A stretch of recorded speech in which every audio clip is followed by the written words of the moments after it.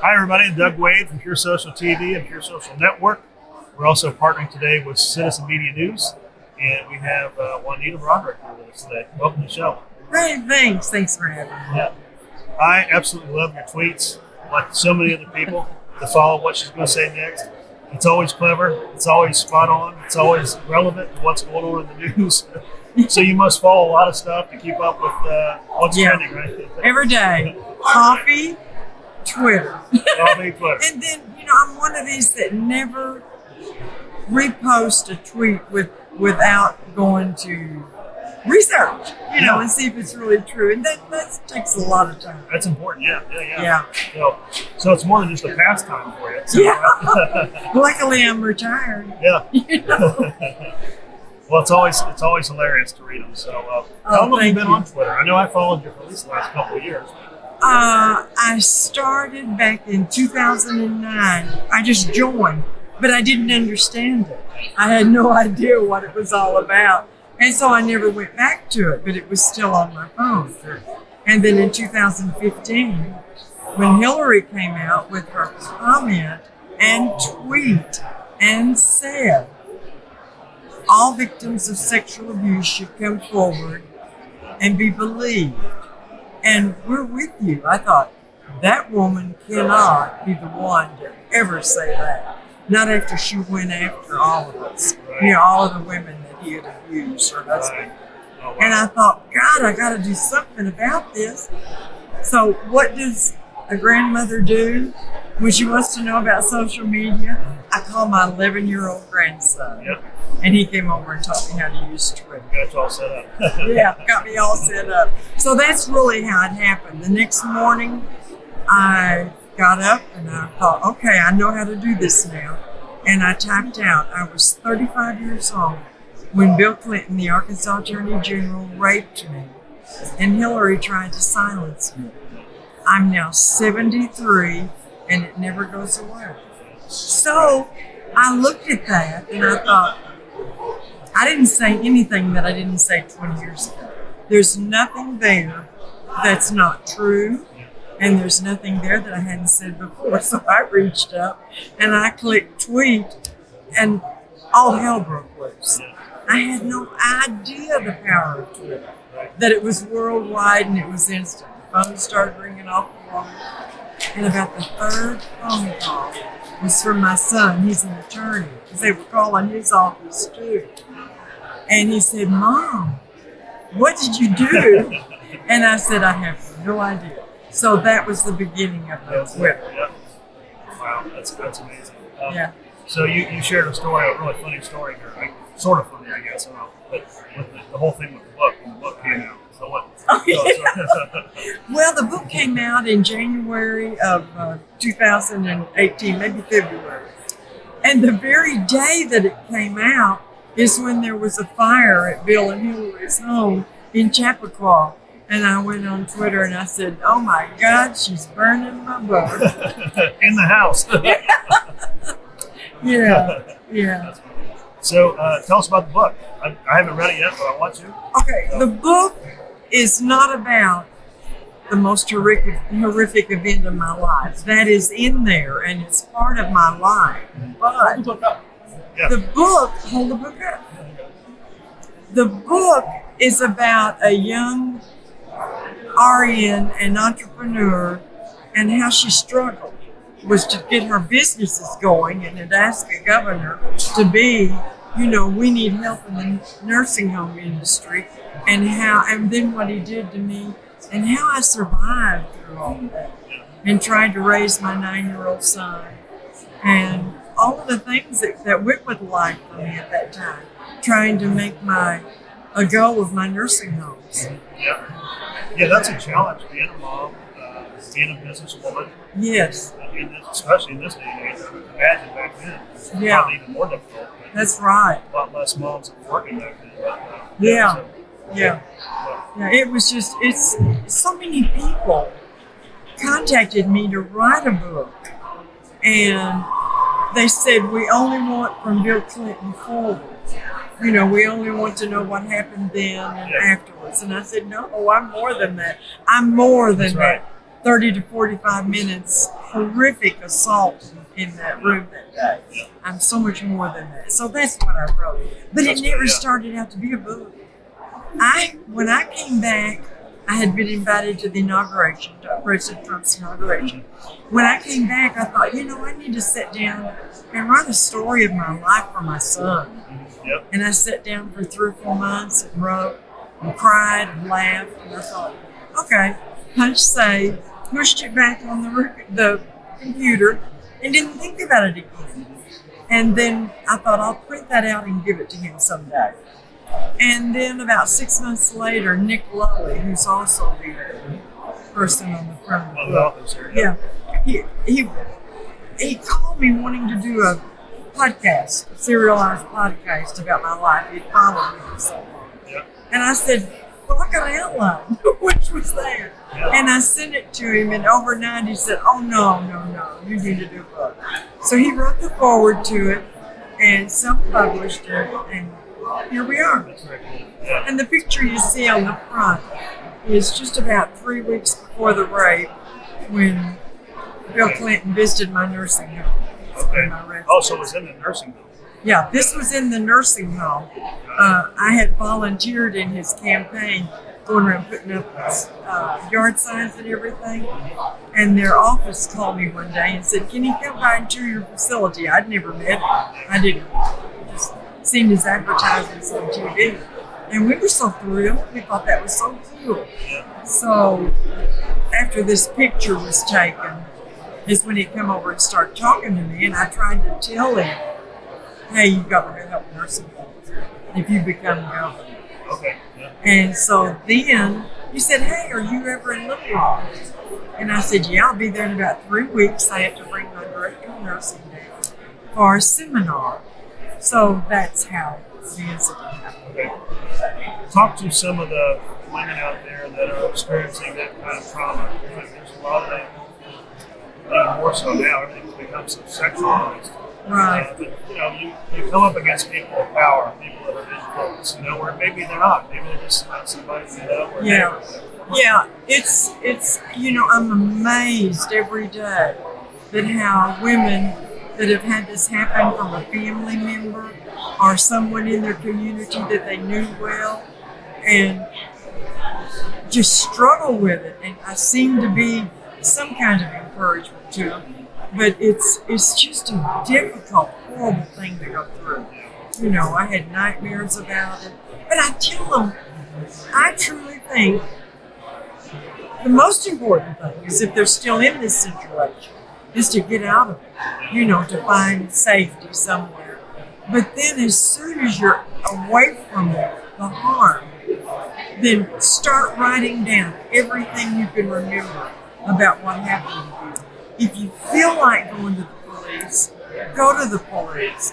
I was just in a position where the police was the one that had raped me. Yeah, it's just like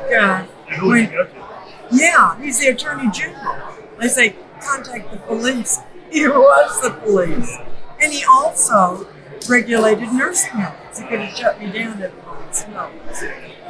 But it's like when that victim of Eric Snyderman, the Attorney General of New York, said, after she went off and came out, and she said, what do you do when your abuser is the highest law enforcement officer in the state? 3 hours later, he resigned. That's during Me Too. Yeah. I could have made that same statement 40 years before. Sure, yeah. Yeah, I guess the public wasn't ready for it. No. No. They certainly were ready for it during the meeting. Yeah. Interesting that it happened during Trump's presidency, because there's Clinton, he's still a serial abuser. Oh, yeah. Right. Yeah. There they complained about that Hollywood access tape. That's just locker room talk. And we all know that. And they tried to blow that out of the water as something so much more than what it was. It's still offensive. Oh, sure, it was offensive. But not like anywhere close. Yeah, it's just like I tweeted. I said, actions speak louder than words. President Trump said some horrible thing. But I said, Bill Clinton raped me. There's no comparison to that. No, not at all. Yeah. So Are you involved with any of that type of like activism to help like you level with any of that? No, I've spoken at several facilities for women that have been abused. Shelters. Yes, shelters and things like that. Yeah. I enjoy doing that, and then I take books to hand out. You have really good one close to home too that I've supported as well.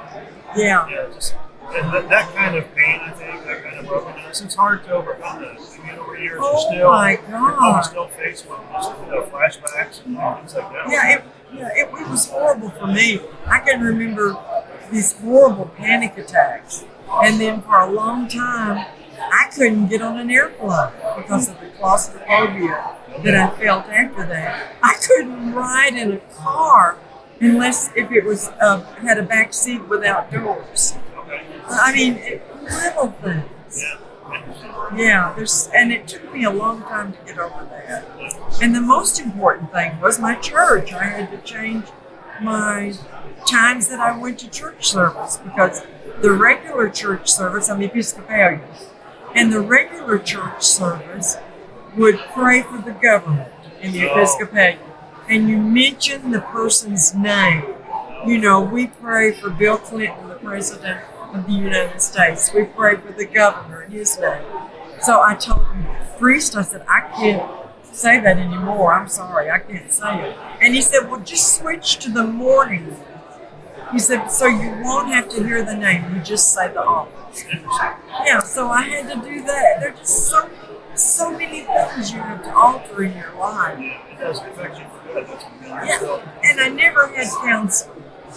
My work was my counseling. I had a nursing home for severely handicapped and mentally retarded children that I started in 1987. And then prior to that, I had my nursing home.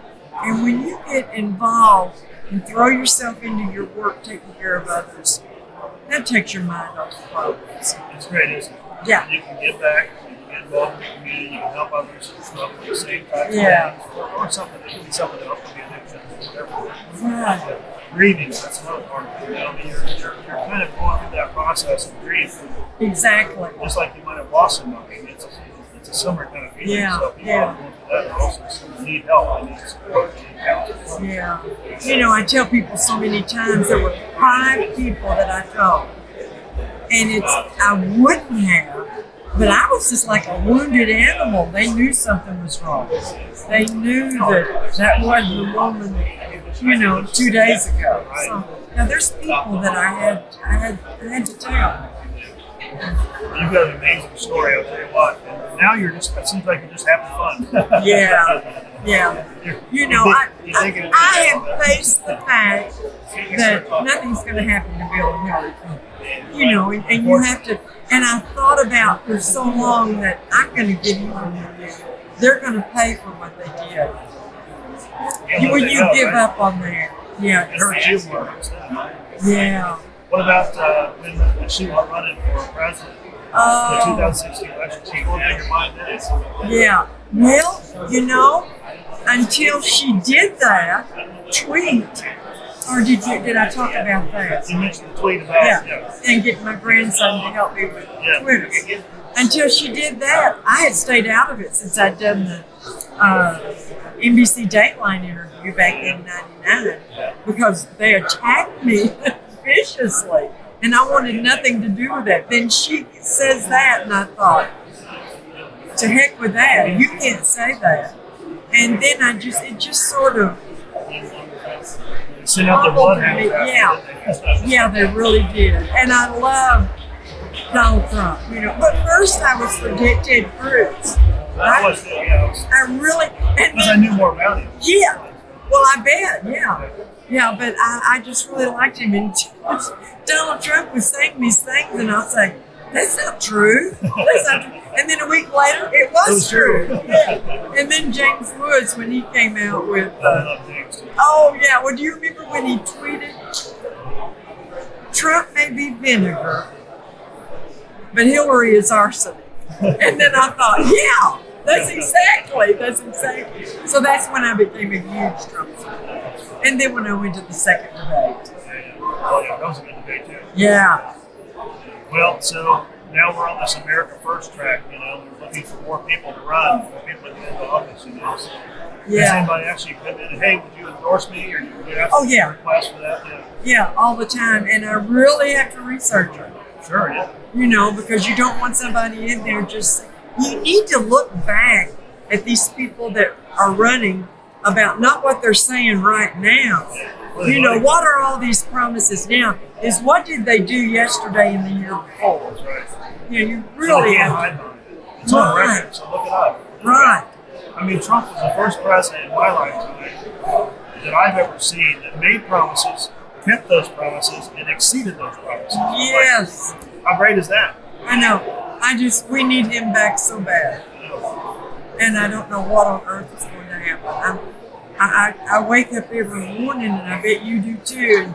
And you go and get your coffee, and you sit down, and then you go on the internet and think, oh, let today be the day. You know, I don't know what's going to happen. I've kind of given up on the fact that he will be our president again, at least through this term. Doesn't mean he can't run again. Yeah. But, you know, it just, you know, it takes a long time to vet through even the good information we have of what happened. It just takes too long. Yeah.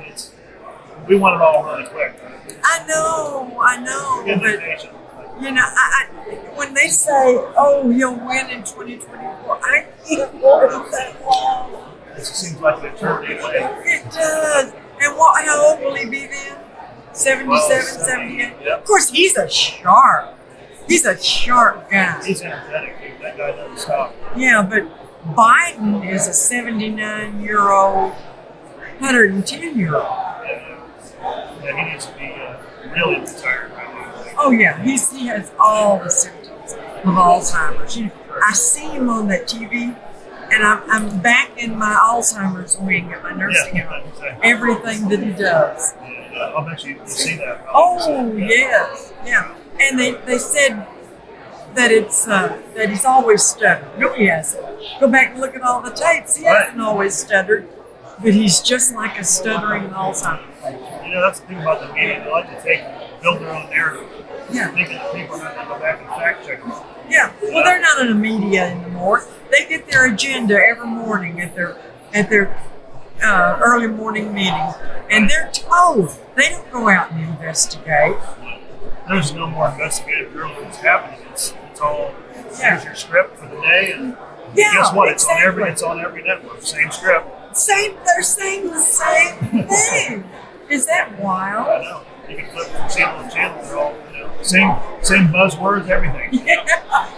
They should at least break it up a little bit so they don't catch on it. Change the wording just a little bit. Yeah. Maybe they need to be more creative like you are, with your tweets. I don't know where these tweets come from. I have no idea. Tweets from heaven. We just wait for the next thing to say. We should elect you as president.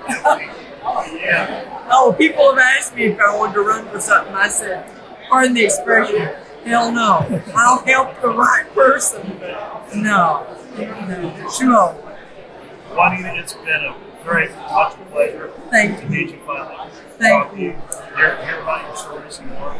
Our audience is going to be blessed hearing about what we talked about today. So thank you for coming out. Oh, thanks. And at least, check us out on your social. We'd love to have your input as well. We need some more humor out there, I think. It's like we're always talking about politics, and it's like we need some fun. Yeah. Yeah, well, you have to have that. You've got to have a sense of humor. I think. We have to laugh through this, right? Yeah. Otherwise we're crazy. Yeah, exactly. All right. Thank you so much. Thank you. Enjoyed it.